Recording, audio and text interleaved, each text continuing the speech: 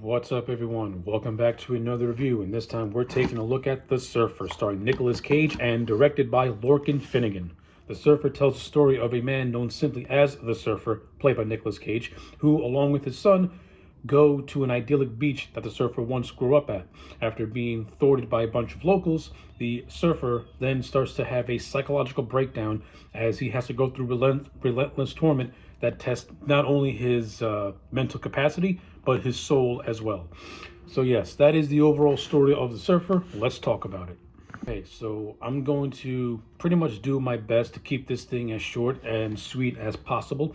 Overall, I thought The Surfer was a very interesting yet very good one. I think my best take when it comes to this film is to go into it with an open mind, because if you go into it with different expectations, you're going to get disappointed.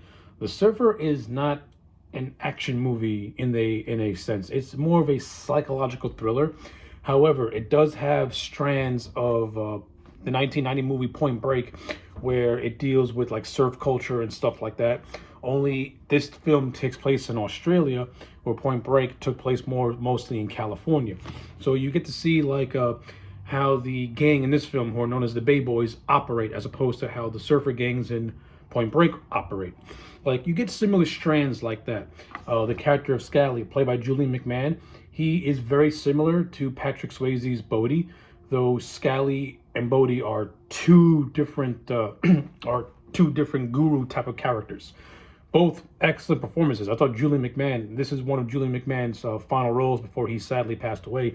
I thought he was really, really good in the role as Scally. Like, he has like this he has this manipulative charisma to him. And the fact that Julian McMahon used his natural Australian accent, to me, just gave the character of Scally more authenticity. And he really does command every screen that he's in. And I ain't gonna lie, I did like a lot of the scenes between him and Nick Cage when they interact with one another. Like, you can tell that Scally just has a very, very manipulative nature, and that he knows more than he's letting on, which further adds to his character in general. This movie also takes a little bit of inspiration from David Fincher's The Game, meaning that the surfer character played by Nicolas Cage, he's constantly having these flashbacks to when he used to go to this beach as a kid along with his dad, and he has this image of his dad just lying dead on the surf while he just watches. I say this is similar to The Game because it's very similar to how Michael Douglas saw his father kill himself, and both movies never really give an answer as to why these respective characters, kill themselves more or less in front of their children. So, like, you get that kind of vibe as well. I mean, it's not fully like The Game, but you can see some similarities in a lot of ways. Same thing with Point Break. You can see some parallels.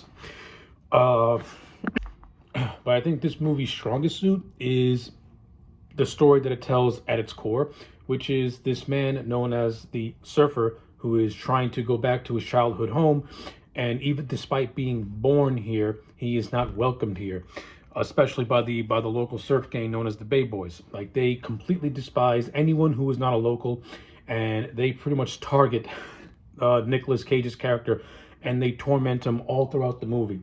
So, like, at first, when this movie begins, everything is normal. It's the surfer hang out with his kid. They're gonna go surfing.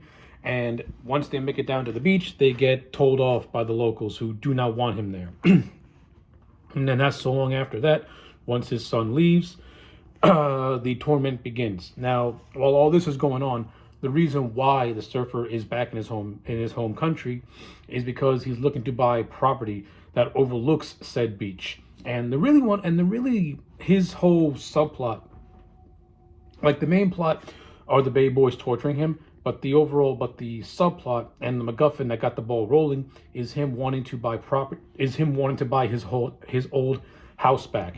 Now, all this comes full circle in the end, and I'll explain that momentarily. So yeah, like, the whole movie after the surfer's son leaves is him being psychologically broken down by the Bay Boys, who put him down at every moment. They fuck with his head, they fuck with his mind. He comes across this character who is known as the Bum, and the Bum has his own backstory, as he's also had his run-ins with Scally and the Bay Boys.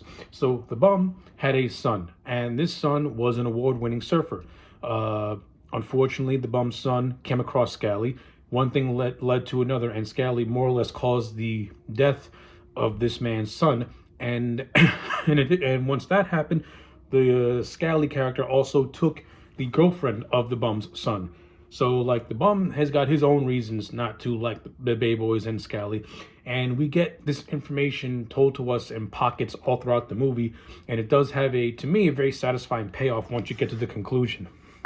But what I really like about this movie and how it all takes place, really it takes place in one location, and that is at Luna Bay. It doesn't go nowhere else than that. Like, you don't see scenes of the big city or stuff like that. Like, Lorcan Finnegan kept this movie very, very self-contained and very just, minimal.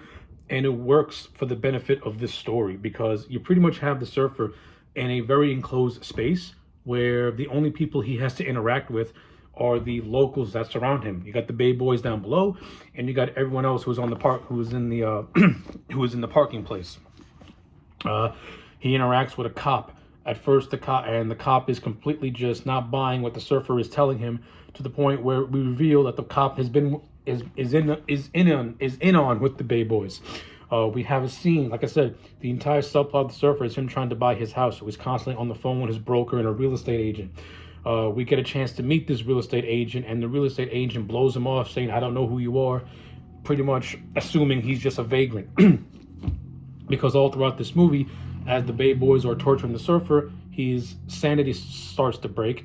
His clothes get all messed up because he's constantly getting beating. He's constantly being harassed by these locals who just torture him at every which way possible.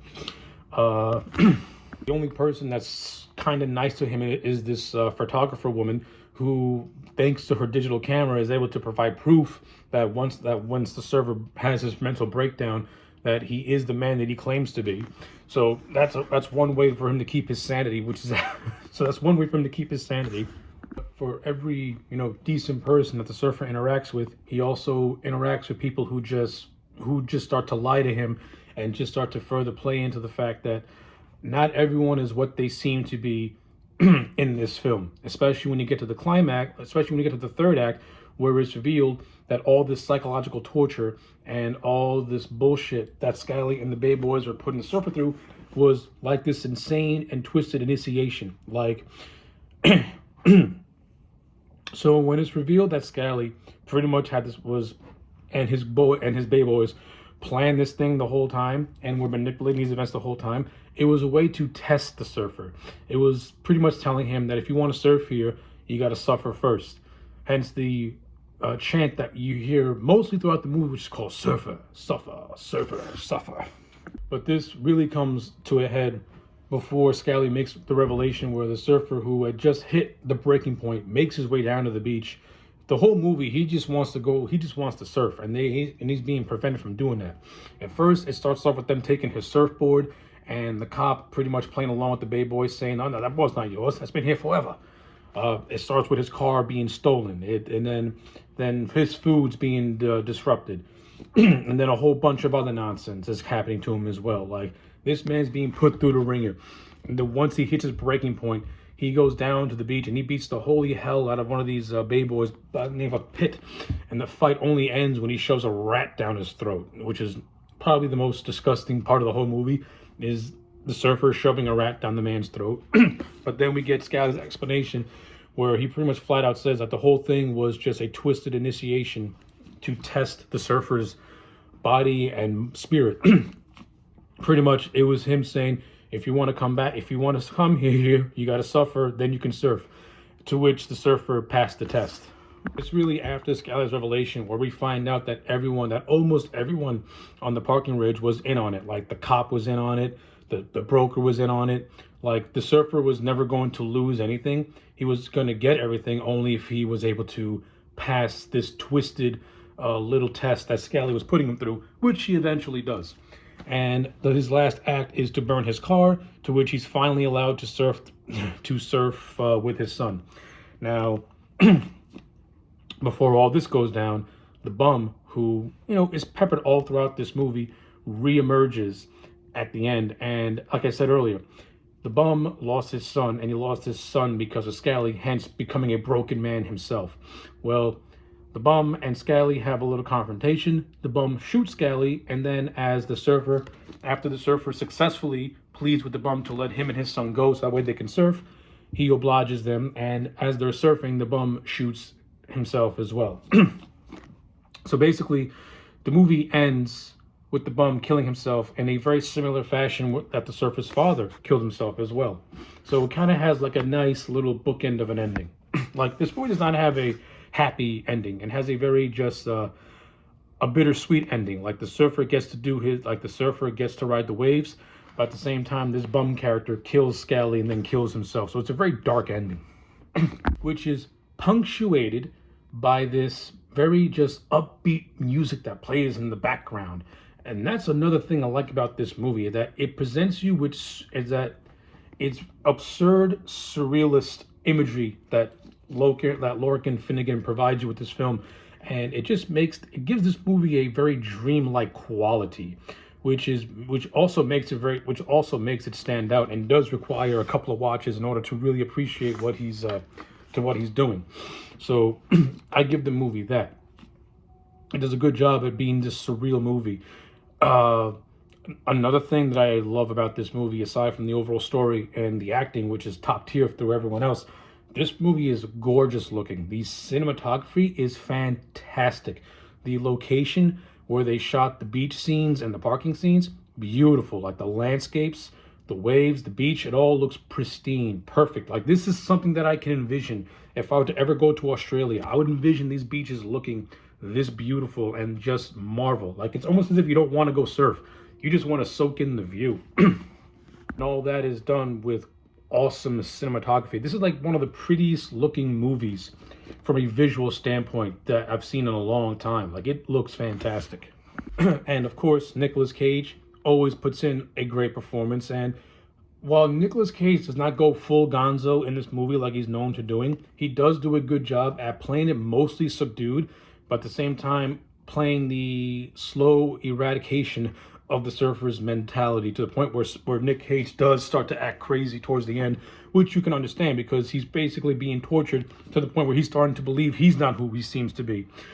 And Nicolas Cage is great at pulling stuff like that off. And like I mentioned, Julie McMahon puts in a very good performance where he channeled the spirit of Patrick Swayze's Bodhi while also putting his own little spin on it.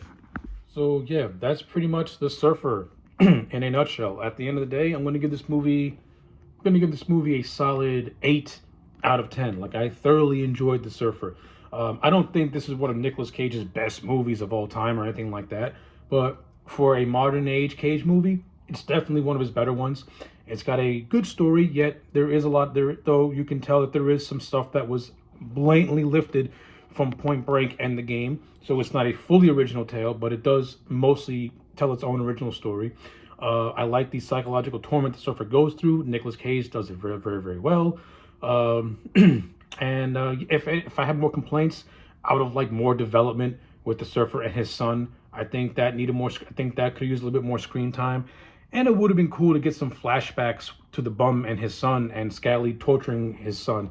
I think that could have been, I think you could have used scenes like that as well, instead of it being told through us through dialogue. You know, it would have been fun to see that scene play out. And that's basically my feeling on it. So yeah, gonna give this thing, like I said, 8 out of 10. Thoroughly enjoyed. I recommend it. So yeah, those are my thoughts on The Surfer. Let me know yours in the comment section down below. Like the video and subscribe. And I will check you back next time for more.